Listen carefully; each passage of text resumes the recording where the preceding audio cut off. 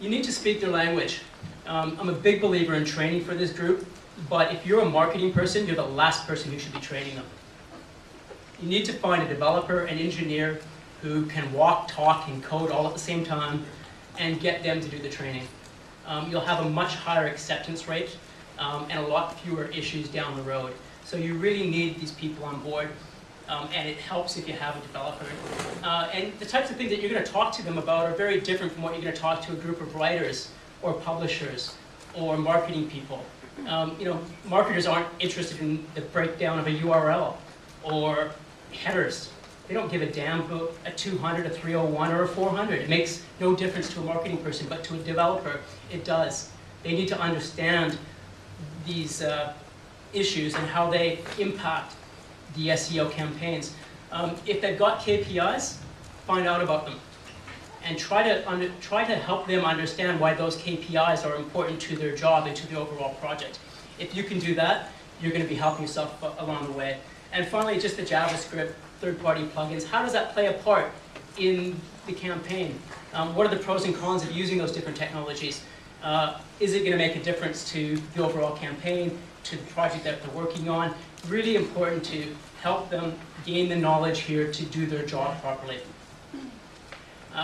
Management strategy number 2. And this is a big one. I see it a lot in Australia. I've seen it here in the US, Canada.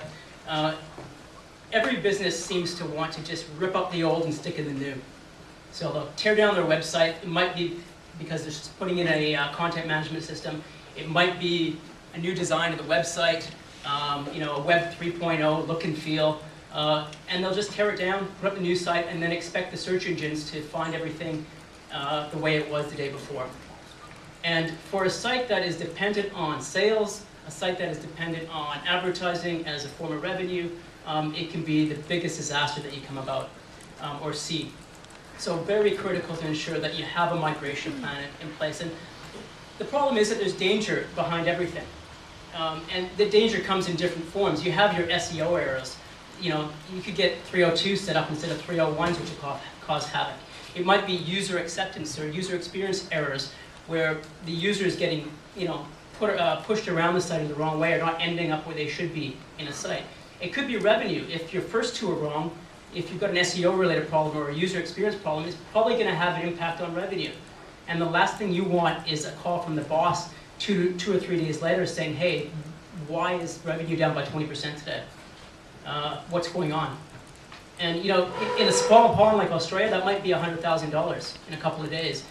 In a big place here like the US of A, it could be $1 million per day or more from your SEO. So it's critical that you understand the impact of the changes that you're putting in place and mitigate for risk. Now, just a quick example, a small office company in Australia decided to rip down the old and put up a new.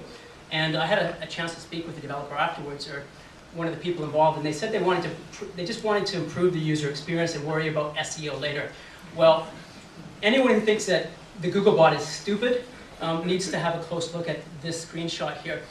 This is a result of Google going in and crawling the site and adding products to the wish list and creating. So the site itself went down from about 100,000 pages indexed down to about 10,000 and back up to 90. But those extra 80 were pages like this, as well as this.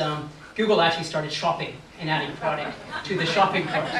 And these pages were getting indexed. So the user experience, unfortunately, wasn't very good. And I'll show you one other example a little bit later, which tells another picture, or just clarifies the picture. Important to have a migration plan in place. At Amplify, where I work, we've actually developed a plan. I was hoping to have it here as a white paper so I could hand it out and give it out to everybody. But my goal is by the end of the month, we'll have this white paper finished.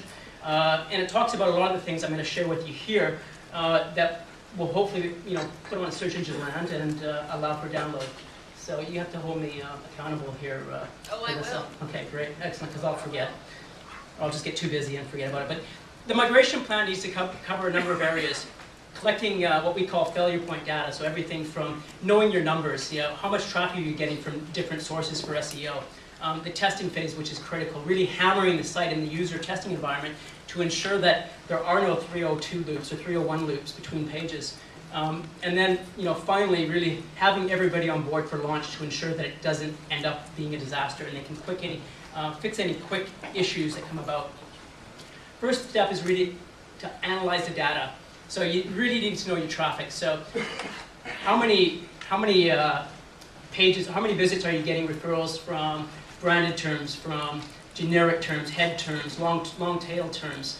Where is that traffic going? What are your most trafficked pages on the website? All of these